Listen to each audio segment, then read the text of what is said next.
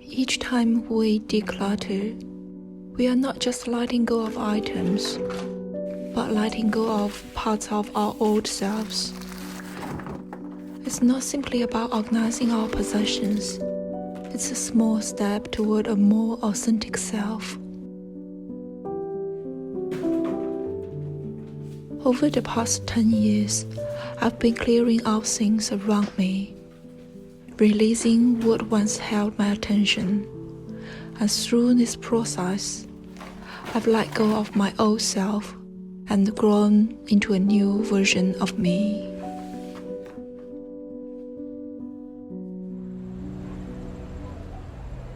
Recently, I reread Eckhart Tolle's A New Earth, and there's a fascinating concept in it about the relationship between identity and possessions.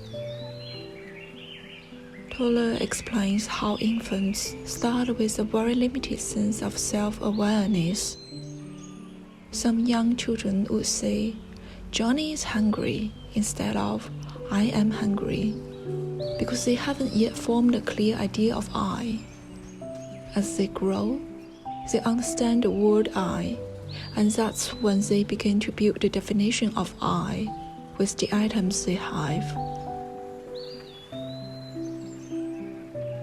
If you ever seen a child lose a toy, maybe one they rarely even play with, they often cry out loud, and this is the reason.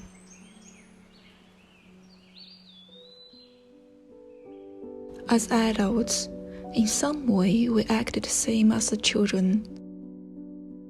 We build our identities through things, our preferences, and possessions. I like red. I prefer that brand. It's not just about owning something, but defining who we are through what we own. That's why decluttering isn't only about removing items, but re-evaluating and reshaping our concept of self.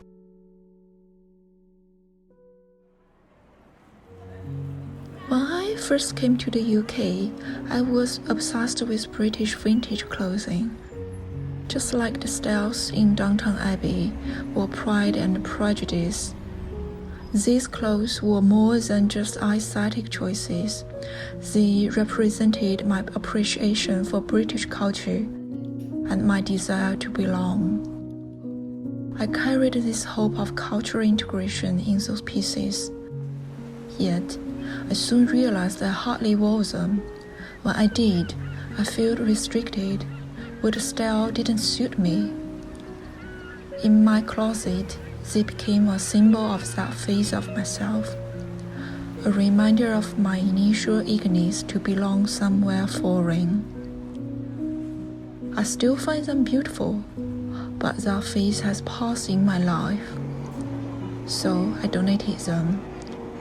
In a way, I've let go of my attachment to British style, and more gently, that old need to blend in.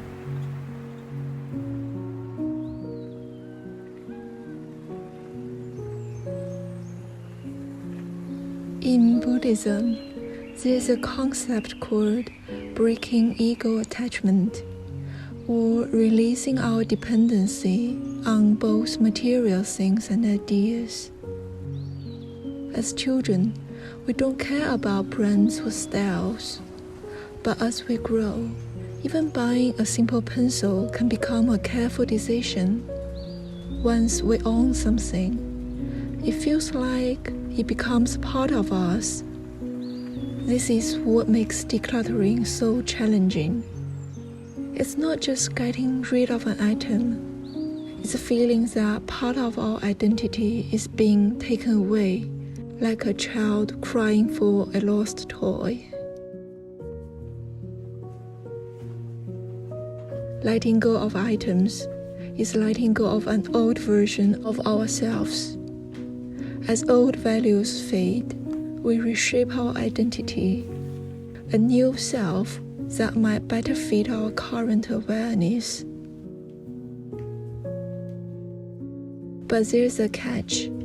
Sometimes this new self can also become stubborn, even more difficult to break through. That's why items you got after your first big decluttering session are often even harder to let go of. It's like, I carefully chose this. Tossing it would be like rejecting myself all over again.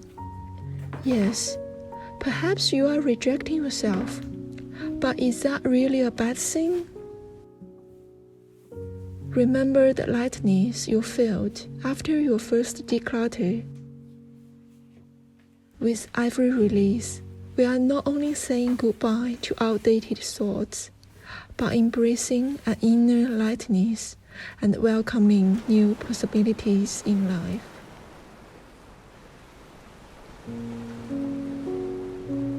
Sometimes, we even become fixated on decluttering itself. I am decluttering, so I can't buy this, even if I love it.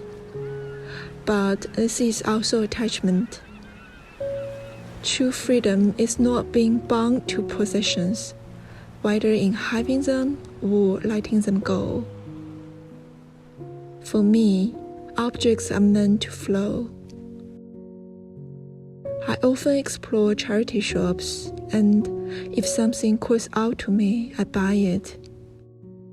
These pieces are affordable, and after wearing them for a while, if I no longer like them, I donate them back, allowing them to serve someone else. They come and they go, flowing through my life like a river that moves from one dock to the next. My life is shaped by this river, not by stagnant waters. If you want to experience this sense of lightness, try starting with items you rarely use. A shirt tucked away in your closet, or an idle book on the shelf. Ask yourself what part of yourself is tied to it. Letting it go can be like saying goodbye to an old self. You might find that the lightness after letting go is the real growth.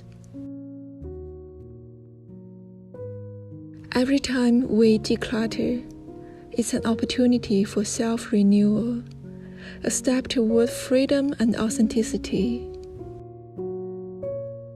May each gentle release bring you closer to that inner freedom and allow you to move forward with a lighter self. Thank you for spending this time with me.